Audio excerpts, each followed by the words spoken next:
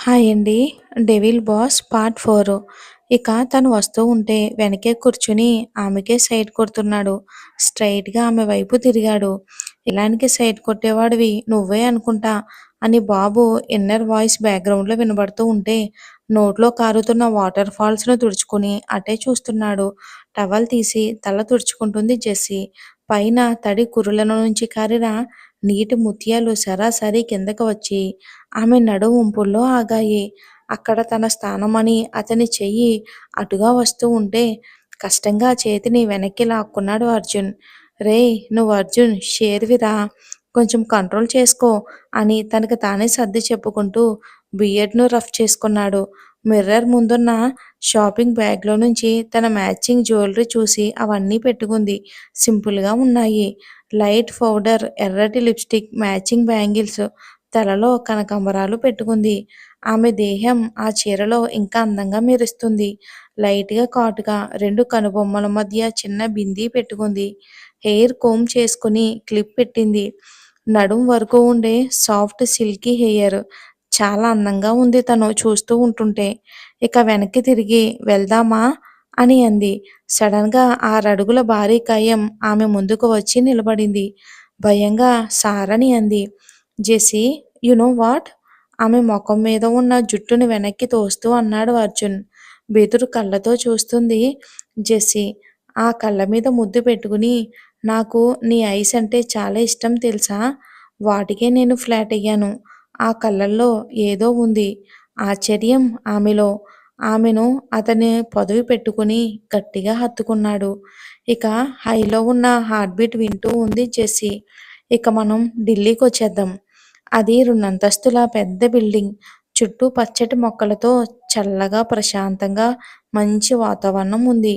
ఇంటి ముందు 2 వాచ్‌మెన్‌లు, మరో 2 కానిస్టేబుళ్లు ఉన్నారు. 2 కార్లు, 4 బైకులు ఉన్నాయి. రాజకీయ సినిమా వాళ్ళ ఇంటికి ఏమాత్రం కూడా తీసిపోకుండా అత్యంత అందంగా, సుందరంగా ఉంది ఆ చోటు.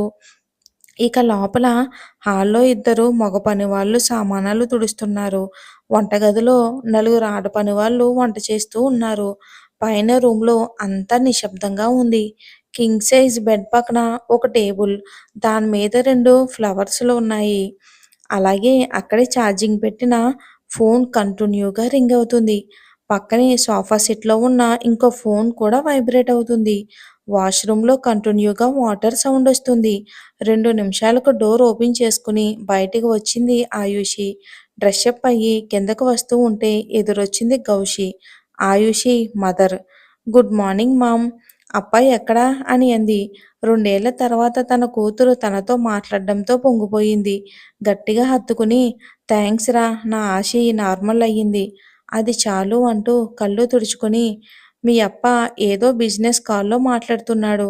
వచ్చేస్తున్నాడమ్మా" అని అంది గౌషి. "టిఫిన్ తింటావా తల్లీ" అని సంతోషంగా అడిగింది.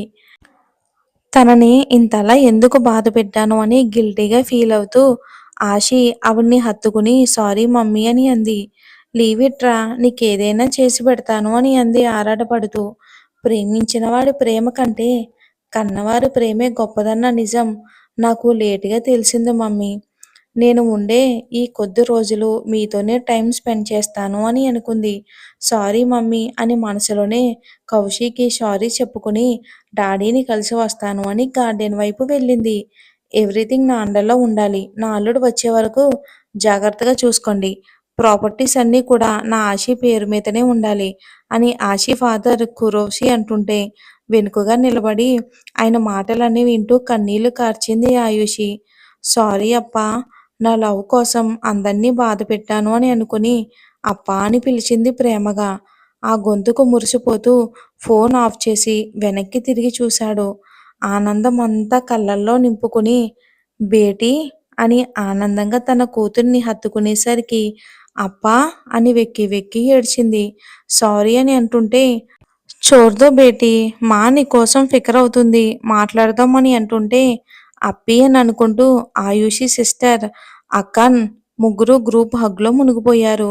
"అప్పా సారీ, అక్కా సారీ రా" అని ఆశి అంటుంటే "లీవ్ ఇట్ అప్పీ" అని అంది. నా బేటీ నార్మల్ అయ్యింది. అది చాలు నాకు. పదండి టిఫిన్ చేద్దాం అని లోపలికి వస్తూ ఉంటే గౌష ఎదురొచ్చి ముగ్గురూ కలిశారు.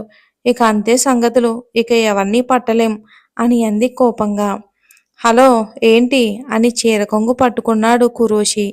ఆషి గట్టిగా నవ్వుతూ కమాన్ అప్పా అస్సలు వదలొద్దు. కిస్ ఇచ్చేయ్ మేం జంపు అని అరిచి ఇద్దరిని దగ్గరికి నెట్టి లోపలికి పరిగెత్తారు ఆషి అక్కన్లు. ఇక వారు వెళ్ళగానే ఖురోషి నవ్వుతూ ఎన్నాళ్ళకు ఆషిలో అల్లరి ఆనందం చూసాం గౌషి. ఇదో ఇంకొక వండర్ అని అన్నాడు. అవును జీ, మనం మయూక చెప్పినట్లు మన ఆషి నార్మల్ అవుతుంది. అదే చాలు. ఇంతకు అల్లుడెప్పుడొస్తాడు అని అంది దిగులుగా ఆయన భుజంపై వాలుతూ. 2 రోజుల్లో ఇక్కడే ఉంటానని ఇందాకే చెప్పాడు అని ఖురోషి అని అనగానే నిజంగానా? నిజంగా మన అల్లుడు గారు చాలా మంచివారండి. అలాంటి వాళ్ళు ఎవ్వరూ ఉండరు. మన బేటీ అంతా చూసుకోవటం అంటే చిన్న విషయం కాదు. వండర్ ఆషికి కూడా అల్లుడు గారంటే ప్రాణం. కానీ అల్లాయికి జాలి లేదు. నిఘా జరిగిన తర్వాత సంతోషం లేకుండా పోయింది అని కన్నీళ్లు పెడుతూ ఉంటే గౌషి కన్నీళ్లు తుడిచి డోంట్ వరీ లక్షల కోట్లు ఆ ఆస్తికి వారసుడు మన అల్లుడు. ప్రపంచం అంతా తిరిగైనా సరే తన వైఫ్‌ని సేవ్ చేసుకుంటాడు. ఫికర్ మత్ నౌ అంటూ ఆమె కళ్ళు తుడిచి లోపలికి వచ్చాడు. ఆషి అక్క ఇద్దరూ కలిసి కొట్టుకుంటూ ఇంటిని చేపల మార్కెట్ చేశారు. అబ్బా మొదలయ్యిందా మీ గోల అని గౌషి అరుస్తూ ఉంటే ఆకలి అని ఇద్దరూ ఆమె చెవిలో గట్టిగా అరిచారు. ఆషి చేసే ఈ అల్లరి కోసం గత 2 ఏళ్లుగా ఎదురు చూస్తారు. ప్రాణంగా ప్రేమించిన వాడికి భార్య అయ్యింది కానీ శారీరకంగా కాదు. ఆ రోజు ఒక్క నిజం తెలిసింది. ఈ 2 ఏళ్లుగా ఏడుస్తూ చీకటి గదిలోనే గడిపింది. 4 రోజుల క్రితం ఆషి హస్బెండొచ్చి ఆషి ఆఖరి కోరిక తీరుస్తానని మాట ఇచ్చాడు. అందుకే ఇంకొద్ది రోజుల్లో చనిపోతానని తెలిసినా అందరికీ తన ప్రేమను పంచాలి. ఇలా తనకు తానుగా సెల్ఫ్ మోటివేషన్ చేసుకుని నార్మల్ అయ్యింది. ఇక ఆషి హస్బెండ్‌కైతే ఆమెనే ప్రపంచం. ఆషి కోసం ఏదైనా చేస్తాడు. చిన్నప్పటి నుంచి కలిసే పెరిగారు. కలలు వేరైనా ఇద్దరి ప్రపంచం ఒకటే. ఇరు కుటుంబాలను ఒప్పించి పెళ్లి చేసుకున్నారు. ఇంకో 24 గంటలు గడిస్తే ఇద్దరి సంసార జీవితం బాగుండేది. ఇద్దరు కూడా ప్రారంభించి ఒకటయ్యేవారు. అప్పుడే ఒక భయంకరమైన నిజం తెలిసింది. ఆషికి బ్లడ్ క్యాన్సర్ వ్యాధి. ఆ ఒక్కసారిగా ఇద్దరి ప్రపంచం స్తంభించింది. కొన్ని క్షణాలు మైండ్ పనిచేయలేదు. అయినా సరే అతను మాత్రం ఆషిని వదల్లేదు. తనకు ట్రీట్మెంట్ చేయిస్తూ పసి పాపలా చూసుకుంటున్నాడు తను. ఇక క్యాన్సర్ లోపలే తనని తినేస్తూ ఉంది. ఆమె చనిపోతే అతని పరిస్థితి ఏంటని నన్ను వదిలి ఇంకో పెళ్లి చేసుకోమని బ్రతిమాలింది ఆషి. బట్ అతను వినలేదు. ఇద్దరూ ఆ వాదనతోనే 2 ఏళ్లు గడిపారు. ఆషి ఆరోగ్యం ఇంకా క్షీణించింది. ఆమె ఆఖరి కోరిక మరొక పెళ్లి చేసుకుంటాను అని మాట ఇచ్చి నిన్ననే పెళ్లి చేసుకున్నాడు. తన భార్యకిచ్చిన మాట కోసం కొన్ని ఫొటోస్ కూడా పంపించాడు. అవన్నీ చూసిన ఆషి చాలా నార్మల్ అయ్యింది ఆ ఫొటోస్ చూస్తూ. ఇక మనం జెస్సీ దగ్గరికొచ్చేద్దాం. ఇక జెస్సీ బెదురు కళ్ళతో చూస్తుంది. ఆ కళ్ళు మీద ముద్దు పెట్టుకుని నాకు నీ ఐస్ అంటే చాలా ఇష్టం తెలుసా? వాటికే నేను ఫ్లాట్ అయ్యాను. ఆశ్చర్యం ఆమెలో. ఆమెను అతను పొదవి పెట్టుకుని గట్టిగా హత్తుకున్నాడు. హైలో ఉన్న హార్ట్ బీట్ ఇంటూ మా డెవిల్ బాస్‌కి నా ఐస్ అంటే ఇష్టమా? నన్నెప్పుడు చూస్తారు? అయినా నేను చెంప పగలగొట్టాను కదా! అందుకే నాపై పగ పెంచుకుని ఇలా చేస్తున్నాడు అని అనుకుంది మనసులో జెస్సీ. జెస్సీ ఇంకా నీ నేమ్ కూడా నాకు నచ్చింది. నాకు కావలసిన వాళ్ళకు నువ్వు చాలా బాగా నచ్చావు. అందుకే నిన్ను మ్యారేజ్ చేసుకున్నాను అని అంటుంటే ఇక రియాజ్ చెప్పేది శ్రద్ధగా ఆశ్చర్యంగా వింటుంది జెస్సీ. ఆమెను వదిలి కళ్ళల్లోకి చూశాడు. భయంగా చూస్తూ ఉంటే యు నో వాట్ నీ రెజ్యూమ్ నచ్చే నిన్ను ఈ జాబ్‌కి సెలెక్ట్ చేశాను. అందులో పర్టిక్యులర్‌గా నీ blood group Bombay blood group. అది రేర్‌గా ఉంటుంది. ఇక నీ హెల్త్ వచ్చేసి పర్ఫెక్ట్‌లీ ఆల్‌రైటు. నీలాంటి వాళ్ళు కూడా చాలా రేర్‌గా ఉంటారు. నాతో నీకు అవసరం ఉంది. అలాగే నీతో నాకొక నీడ్ గూడా ఉంది అని అతను చెప్తూ ఉంటే మౌనం తప్ప మరేమీ లేదు జెస్సీలో.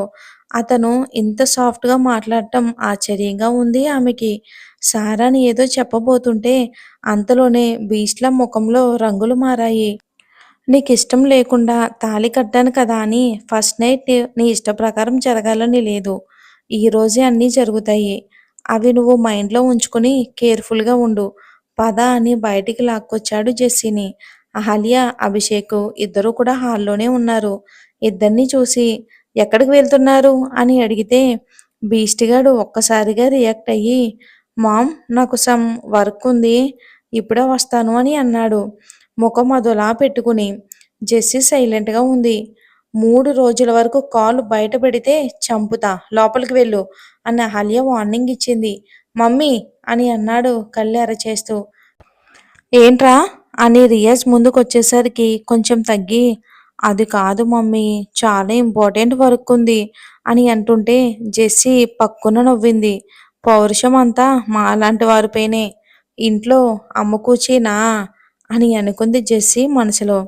జెస్సీ నవ్వు బీస్ట్‌కి అస్సలు నచ్చలేదు. అత్త అన్నందుకు కాదు, తోటికోడలు నవ్వునందుకు ఏడ్చిందనే సామెత మన బీస్ట్ బాబుకి బాగా సూట్ అవుతుంది.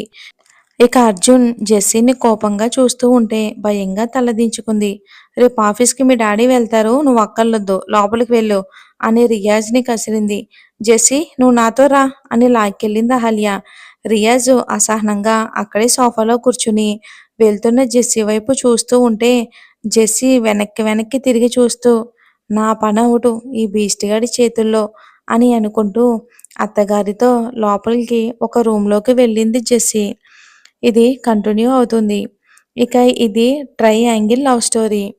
మీరు అనుకునే నార్మల్ ఫ్లాట్ అస్సలు కాదు. చాలా పెద్ద సస్పెన్స్ స్టోరీ. కేవలం రొమాన్స్ చూడకండి. కంటెంట్ ఎలా ఉందో చూడండి. స్టోరీ నచ్చితే లైక్ చేసి ఛానల్‌ని సబ్స్క్రైబ్ చేసుకోండి. స్టోరీ చాలా బాగుంటుంది. మీ సపోర్ట్ ఉంటే తొందరగా వీడియోస్ అప్లోడ్ చేస్తాను. కామెంట్ చేయండి. అలాగే లైక్ చేయండి.